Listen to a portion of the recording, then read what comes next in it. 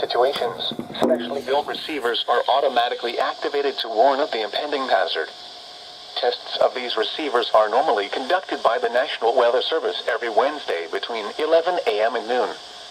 When there is a threat of, or existing severe weather, in the area, the test will be postponed until the following day.